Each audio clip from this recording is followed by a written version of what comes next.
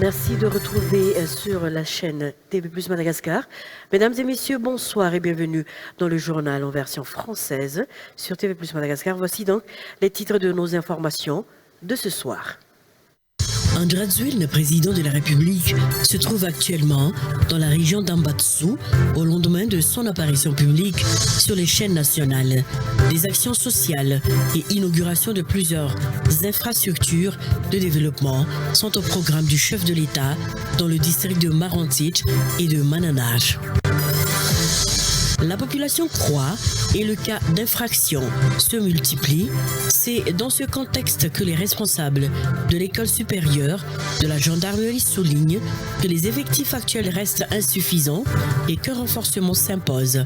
Ainsi, 98 stagiaires viennent de terminer leur formation à l'école supérieure de la gendarmerie de Muramang et à intégrer le service de la gendarmerie.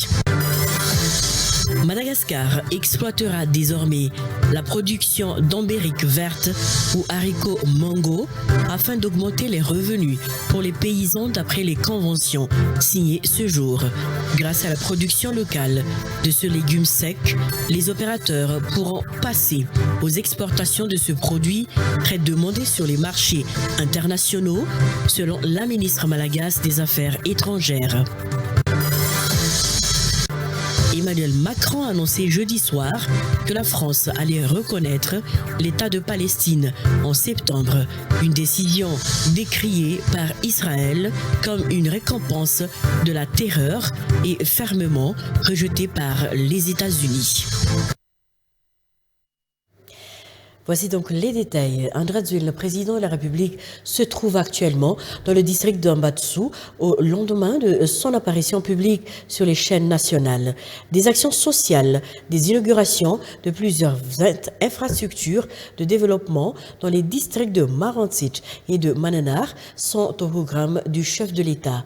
Le temps nous manque pour les inaugurations d'infrastructures, a déclaré le numéro 1 du pays pour étayer ses nombreuses promesses accomplies. Il s'était également rendu dans la commune rurale d'Anzan pour l'inauguration du terrain Manarapinch. Une foule l'avait accueilli. Reportage signé Ftiavanadoni et images Yves Rassat. Nous travaillons avec le cœur, nous travaillons pour le peuple et nous travaillons pour le développement du pays, selon Andrazuil, président de la République, dans le district de Marantic, dans la région d'Ambatsu, ce jour. En effet, après son émission révélatrice sur l'affaire d'empoisonnement à Moumalaz, le chef de l'État n'a pas pris de pause. Il s'était envolé pour la région d'Ambatsu pour 2 jours. Dès son atterrissage dans le district de Marantic, il a donné le coup d'envoi de la distribution des aides sociales, comme il le fait à chaque de ses déplacements. Ensuite, Andrazuil s'est rendu en hélicoptère dans le district de Mananara Nord pour l'inauguration du parc solaire. Il s'agit de la centrale hybride solaire à Mamboul, dans Mananara Nord, d'une puissance de 1,5 MW. Grâce à cette infrastructure, la consommation de carburant, les coûts de maintenance et d'opération, ainsi que les émissions de gaz à effet de serre sont réduits. L'État peut ainsi économiser jusqu'à 2 134 000 ariars de carburant annuellement. Le programme de Raduilne pour ces 2 jours dans la région d'Ambatsu est surbooké. Après son passage dans le district de Mananar, le président de Raduilne s'était rendu dans la commune rurale d'Anzan pour honorer sa promesse, celle d'attribuer le terrain aux normes pour cette localité. Sur place, une foule immense attendait l'arrivée du président Andrazuil, et cela malgré la pluie qui tombait. Le temps nous manque pour les inaugurations d'infrastructures si certains dirigeants prédécesseurs se trouvaient aucune infrastructure à inaugurer, a déclaré le numéro 1 du pays pour étayer ses nombreuses promesses accomplies. Demain, Andrazuil va inaugurer l'hôpital aux normes de Marantic et le terrain Manarapinch du dit district, un des points d'orgue de ce déplacement présidentiel.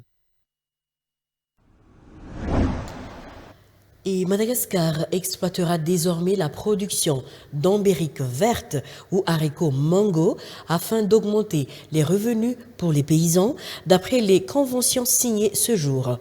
En promouvant la production locale, les opérateurs pourront passer aux exportations de ce légume sec très demandé sur les marchés internationaux selon la ministre malagasse des Affaires étrangères.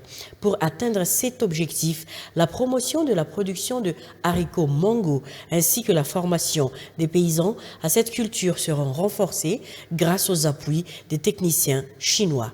Interlalarsou sur les images d'Omega Ranevzon. Les paysans malagasy cultivent les haricots mango ou ambériques vertes depuis des lustres, mais la production étant minime, elle était destinée uniquement à la consommation locale. Or, ce légume sec est très prisé sur les marchés internationaux, d'après les précisions de la ministre malagasse des Affaires étrangères. Pour améliorer et augmenter la production d'ambériques vertes à Madagascar, mais aussi pour exploiter les marchés internationaux, Madagascar fera la promotion de la culture du haricot mango. Les accords que nous venons de signer s'inscrivent directement dans cette vision. Ils répondent au double impératif de création de valeur ajoutée locale et de réduction durable de la pauvreté, notamment en milieu rural. Avec le premier accord centré sur la filière haricot mango, il s'agit de bâtir une véritable industrie intégrée, allant de la fourniture d'intrants performants jusqu'à l'exportation, tout en renforçant les capacités des petits paysans producteurs, en augmentant leurs revenus et en favorisant l'insertion de Madagascar sur les marchés internationaux.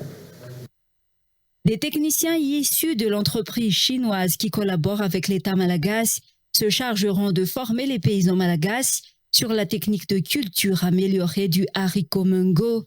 Pour commencer, 3 régions du pays, Analamanga, Bunglavia, Murunmani, bénéficieront de cette promotion de la culture de ce légume sec via la création de sites de démonstration dans ces localités. À part la production intensive de haricots mango, des usines de transformation des produits seront également installées dans divers endroits du pays grâce à cette coopération avec des usines chinoises.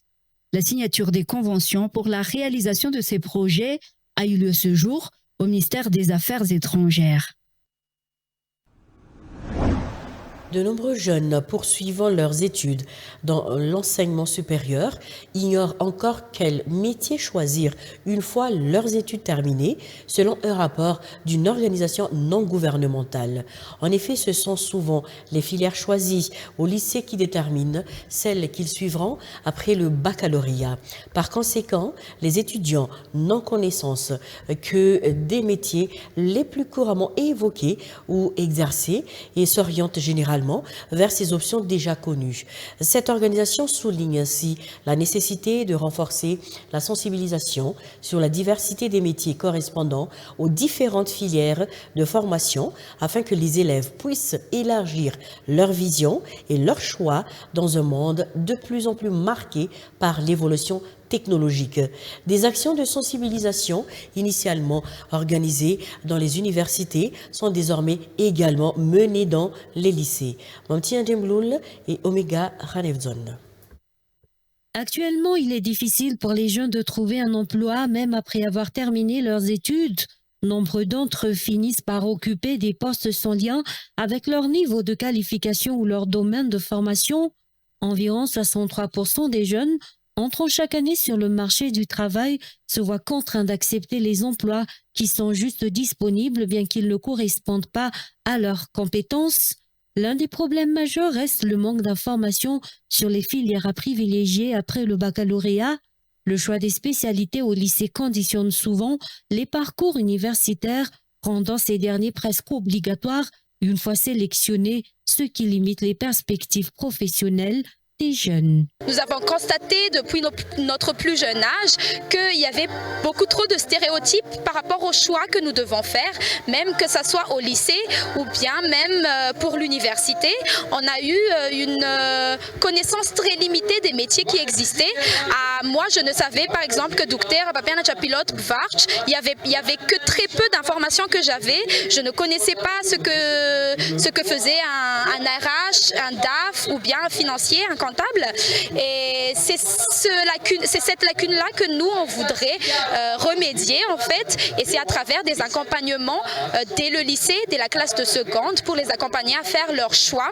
Et nous sommes ici aujourd'hui, nous voudrons faire une tournée universitaire dans toutes les autres universités, à part l'université d'Antananarive, qui porte sur le thème de mon cursus universitaire vers ma carrière. Donc nous allons vraiment collecter tous les métiers qui peuvent être adéquats aux filières que proposent les universités, afin de pouvoir aussi travailler avec les entreprises et les autres partenaires techniques et financiers. Face à cette situation, les actions de sensibilisation ne se limitent plus aux universités. Elles se déploient désormais aussi dans les lycées afin de permettre aux élèves de découvrir les différents métiers existants, en particulier dans le contexte actuel du progrès technologique. Ce mois de juillet, une campagne d'orientation professionnelle a ainsi été organisée à l'université d'Ancas pour informer les jeunes sur les débouchés existants. À mesure que le nombre d'habitants d'un pays augmente, le cas d'infraction se multiplie eux aussi. Dans des cas, ce contexte que les responsables de l'école supérieure de la gendarmerie ont souligné que l'effectif actuel de la gendarmerie nationale reste insuffisant et qu'un renforcement de cet effectif s'impose. Ainsi, les 98 stagiaires qui viennent de terminer leur formation à l'école supérieure de la gendarmerie de Muramanga sont fin prêts à prendre leur service. Voici donc le reportage d'Elisa Herman et Eric Renefson. La gendarmerie est avant tout au service de citoyens. Or, les cas d'infraction se multiplient actuellement proportionnellement à l'augmentation constante de la population. D'après le commandant des écoles de la gendarmerie, de nouvelles formes de délits apparaissent régulièrement sur le terrain, estimant que le nombre d'éléments demeure largement insuffisant. Ce dernier a souligné la nécessité d'augmenter les effectifs dans la mesure du possible, surtout face à l'ampleur croissante de la délinquance à Madagascar. 98 stagiaires de l'école supérieure de la gendarmerie de Muramang viennent d'achever leur formation, prêts à embrasser la carrière de gendarme. Parmi eux, 12 élèves du cours de perfectionnement des officiers subalternes, 33 du centre d'application des officiers et 53 élèves spécialisés dans la conduite automobile. Lors des enquêtes, il convient d'employer tous les moyens possibles pour faire éclater la vérité au grand jour, a rappelé le commandant de la gendarmerie nationale, relayant le message du ministre délégué en charge de la gendarmerie à l'intention des stagiaires sortants. À cet égard, l'affaire d'intoxication alimentaire survenue en Boumalaz a été citée en exemple. Et en France, Emmanuel Macron a annoncé jeudi soir que la France allait reconnaître l'État de Palestine en septembre. Une décision décriée par Israël comme une récompense de la terreur et fermement rejetée par les États-Unis. En réponse aux critiques, le chef de la diplomatie française, Jean-Noël Barrot, a annoncé que Paris donnait tort au Hamas et raison au camp de la paix. Reportage de France 24. Il a fixé le lieu et la date, après avoir annoncé il y a plusieurs mois sa volonté de reconnaître l'État palestinien. Le président français continue le teasing de l'opération sur X. Fidèle à son engagement historique pour une paix juste et durable au Proche-Orient, j'ai décidé que la France reconnaîtra l'État de Palestine. J'en ferai l'annonce solennelle à l'Assemblée générale des Nations unies au mois de septembre prochain.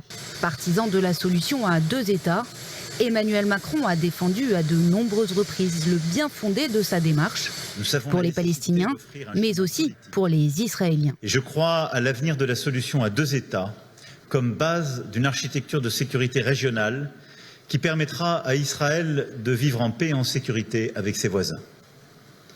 Je crois à la nécessité d'unir nos voix à Paris, à Londres et partout ailleurs pour reconnaître un État de Palestine et initier cette dynamique politique qui est la seule conforme à une perspective de paix. Le Royaume-Uni n'a pour le moment pas donné suite à l'invitation du chef d'État français. Il faut dire qu'Israël et les États-Unis sont fermement contre.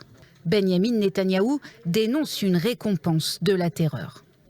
Nous condamnons fermement la décision du président Macron de reconnaître un État palestinien à côté de Tel Aviv, à la suite du massacre du 7 octobre. Une telle décision récompense le terrorisme et risque de créer un autre mandataire iranien, tout comme Gaza l'est devenu. Le vice-président palestinien, lui, au contraire, salue l'annonce d'Emmanuel Macron. Au total, plus d'une centaine de pays reconnaissent officiellement l'État de Palestine. Les derniers en date, la Slovénie, la Norvège, l'Espagne et l'Irlande, ont sauté le pas en 2024, s'attirant à chaque fois les foudres d'Israël.